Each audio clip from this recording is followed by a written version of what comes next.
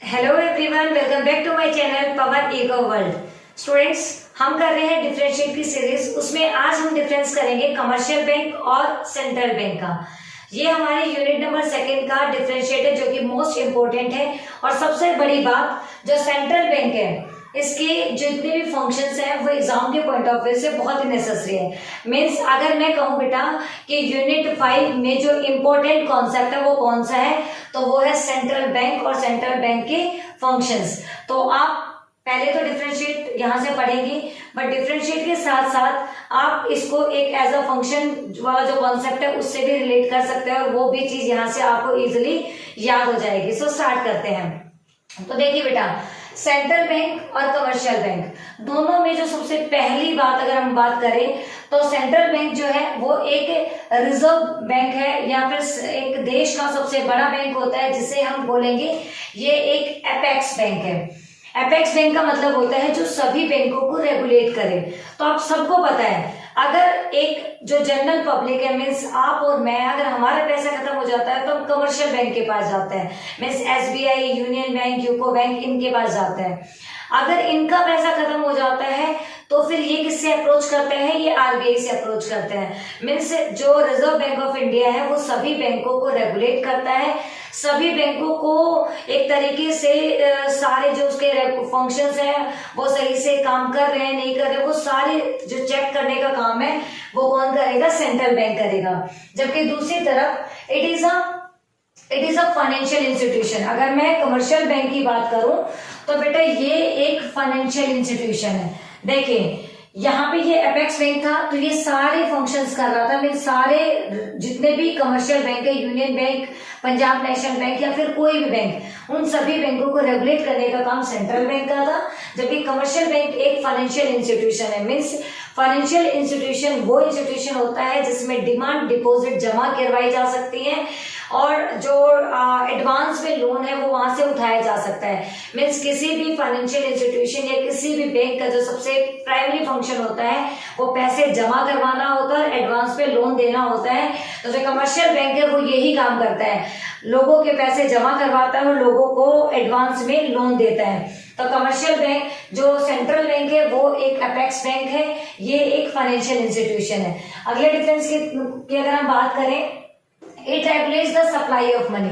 अब देखिए बेटा, अगर इकोनॉमी में सप्लाई ऑफ मनी कम हो गया है, मीन्स मनी सप्लाई कम हो गया, मनी सप्लाई बहुत ज्यादा आ गया है, इकोनॉमी में इन्फ्लेशन आ गया है, इकोनॉमी में डिफ्लेशन आ गया है। अगर मैं नॉर्मल भाषा में बात करूं, अगर हमारे देश में पैसे की कमी आ गई है या हमारे देश में पैसा बहुत ज्यादा आ गया है, महंगाई और मंदी का दौर आ गया है, तो ऐसे सिचुएशन को हैंडल करने के लिए आरबीआई अपना रोल प्ले करता है। आरबीआई अपनी मॉनेटरी पॉलिसी लगाता है जिसमें क्वांटिटेटिव और क्वालिटेटिव इंस्ट्रूमेंट इंक्लूड होते हैं, जैसे सीआरआर हो गया, एसएलआर हो गया, रेपो रेट हो गया, रिवर्स रेपो रेट हो गया, मार्जिन रिक्वायरमेंट, मतलब और भी बहुत सारी चीजें, ये इसकी मॉनेटरी पॉलिसी है।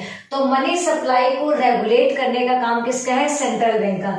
दूसरी तरफ it only contributes to supply of money, ये मनी सप्लाई को रेगुलेट करता है। मीन्स कमर्शियल बैंक जो है वो रेगुलेट नहीं करेगा, वो सिर्फ और सिर्फ कंट्रीब्यूट करेगा मनी सप्लाई में in the form of credit creation या स्प्रेड।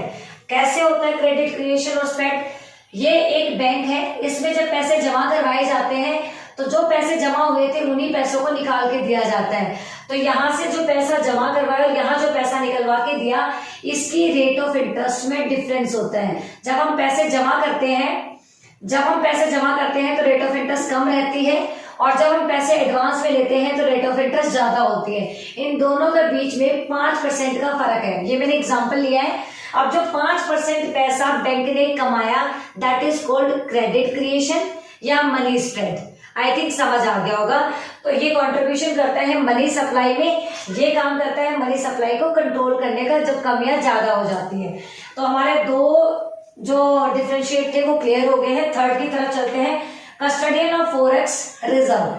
अब फॉरेक्स रिजर्व होता है फॉरेन करेंसी, जो हम मतलब एक हमारी करेंसी को छोड़कर, मतलब इंडिया की रुपीस को छोड़कर बाकी हमारे लिए सारी फॉरेन करेंसी है। तो जितने भी फॉरेक्स है उन सभी को, मतलब उन सभी की कस्टडी आरबीआई के पास होती है। तो ये कस्टडियन है फॉरेक्स का, जबकि ये कस्टडियन फॉरेक्स का नहीं है। इसमें सिर्फ नॉर्मल एडवांसिंग लोन और डिमांड डिपॉजिट जो है वो वाले काम होते हैं, टाइम डिपॉजिट के काम होते हैं, मतलब और बहुत सारे काम करता है, लोकल फैसिलिटीज वगैरह। बाकी इसके अंदर फॉरेक्स की जो कस्टडी वाला काम है वो नहीं होता है। नेक्स्ट की तरफ चलते हैं। It is not issuing authority of the country. अब हमारे देश के अंदर जितना भी पैसा इश्यू होता है वो सारा काम कौन करता है? आरबीआई। बट इसमें भी एक ट्विस्ट है, आपको याद रखना है कि जितने भी नोट हैं वो सारे भले ही आरबीआई जो है वो प्रिंट करता है, बट 1 रुपए का नोट और बाकी जितने भी कॉइन्स है इसे मिनिस्ट्री ऑफ फाइनेंस जो है वो इशू करता है, आरबीआई इशू नहीं करता है। One of the most important question है ये आपके एग्जाम के पॉइंट ऑफ व्यू से, जो कि आपको कई बार वाइवा में या फिर हम कह सकते हैं कि प्रैक्टिकल्स में भी पूछा जाता है। आपको क्या याद रखना है कि मान लेते हैं कि ये 1 रुपए का नोट है, इस 1 रुपए का नोट को मिनिस्ट्री ऑफ फाइनेंस छापेगा, और ये 5 रुपए का सिक्का, 1 रुपए का सिक्का, इसे कौन छापेगा? इसे भी मिनिस्ट्री ऑफ फाइनेंस छापेगा। इसके अलावा 2000 का नोट हो गया, 500 का नोट हो गया, 100 का हो गया, 200 का, उन सभी को इशू करने का काम होता है सेंट्रल बैंक का। तो फिर ये क्या है? It is not issuing authority. इसके पास ऐसी कोई अथॉरिटी नहीं है। कमर्शियल बैंक हमारे जैसा होता है, ये सिर्फ पैसों का लेन देन कर सकता है, इसके पास ऐसी कोई अथॉरिटी नहीं होती कि वो पैसे को छाप डाले। ठीक है, नेक्स्ट जो हमारा है, अगर मैं बात करूं नेक्स्ट की, तो ये हमारी लास्ट है और ये बहुत ही इंपॉर्टेंट कॉन्सेप्ट है। It focus on the growth and stability of the economy. अब growth and stability twins objective है, इसमें 2 ऑब्जेक्टिव है, इकोनॉमी की ग्रोथ और इकोनॉमी स्टेबल रहे, दोनों को ध्यान में रखने का काम कौन करता है? Central bank. सेंट्रल बैंक का सबसे मेन फोकस होता है कि इकोनॉमी की ग्रोथ भी हो, बट साथ में ग्रोथ में क्या होना चाहिए? स्टेबिलिटी के साथ चले, ना इन्फ्लेशन रहे ना डिफ्लेशन रहे। तो ग्रोथ और स्टेबिलिटी को ध्यान रखने का काम सेंट्रल बैंक करता है। अब ये काम वही करता कैसे है? आई थिंक बहुत सारे बच्चों को पता होगा, बट फिर भी मैं बता देती हूँ कि सेंट्रल बैंक अपनी मॉनेटरी पॉलिसी लगाता है इन्फ्लेशन को करेक्ट करने के लिए, डिफ्लेशन को करेक्ट करने के लिए। मॉनेटरी पॉलिसी मैंने थोड़ी देर पहले डिस्कस किया, CRR, SLR, repo rate, reverse repo rate, margin requirement, ये सारे उसके इंस्ट्रूमेंट है, इनको या तो घटा देगा या इनको बढ़ा देगा, जिसकी वजह से ये इन्फ्लेशन और डिफ्लेशन को कर्व कर लेता है। तो इस तरह क्या हो जाएगा? It focus on the profit maximization, ये काम करता है ग्रोथ और स्टेबिलिटी का इकोनॉमी में। तो जो कमर्शियल बैंक है वो भी कभी नहीं छोड़ता, वो प्रॉफिट को मैक्सिमाइज करता है। प्रॉफिट को मैक्सिमाइज करने के लिए आपको ये वाला एग्जांपल जो है वो बहुत ही सफिशिएंट रहेगा कि अगर कोई इंसान बैंक में पैसे जमा करवाने जाता है तो उसको rate of interest come charge की जाती है, मतलब कम दिया जाता है। जबकि वही कोई इंसान बैंक से लोन लेने आता है बेटा, तो वो क्या करता है? उससे ज्यादा रेट ऑफ इंटरेस्ट, मतलब जो उसने डिमांड डिपॉजिट पे रेट ऑफ इंटरेस्ट दी थी उससे बिल्कुल ही कम रेट ऑफ इंटरेस्ट चार्ज करता है। तो जब जमा करवाने आए तो कम रेट ऑफ इंटरेस्ट थी, और जब एडवांस में लोन हमने दिया उसको तो बैंक ने उससे ज्यादा रेट ऑफ इंटरेस्ट चार्ज करे। इन दोनों के बीच में जो डिफरेंस आ गया, यहाँ से बैंक ने अपने प्रॉफिट को मैक्सिमाइज कर लिया। मीन्स डिमांड डिपॉजिट और एडवांसिंग लोन के बीच में जो डिफरेंशिएट आया, वहां से जो पैसा कमाया, that is called profit maximization of the commercial bank. ये एक छोटा सा डिफरेंशिएट था कमर्शियल बैंक और दूसरी तरफ हमारे सेंट्रल बैंक की तरफ। अब इन दोनों के डिफरेंस को आप इनके काम या इनके फंक्शंस के रिगार्डिंग भी आप इसको पढ़ सकते हो। इसके फंक्शन इतने इंपॉर्टेंट नहीं है, जबकि जो आरबीआई सेंट्रल बैंक, इसके फंक्शंस बहुत ही इंपॉर्टेंट है। मोस्टली सीबीएसई इन क्वेश्चंस को या इसके फंक्शंस को बहुत बार पूछती है, तो आपको ये बहुत ही अच्छे से टॉपिक करना है। आई होप आप सबको आ गया होगा। मिलते हैं नेक्स्ट इसी तरीके की इंफॉर्मेटिव वीडियो में, तब तक के लिए टेक केयर, बाय बाय।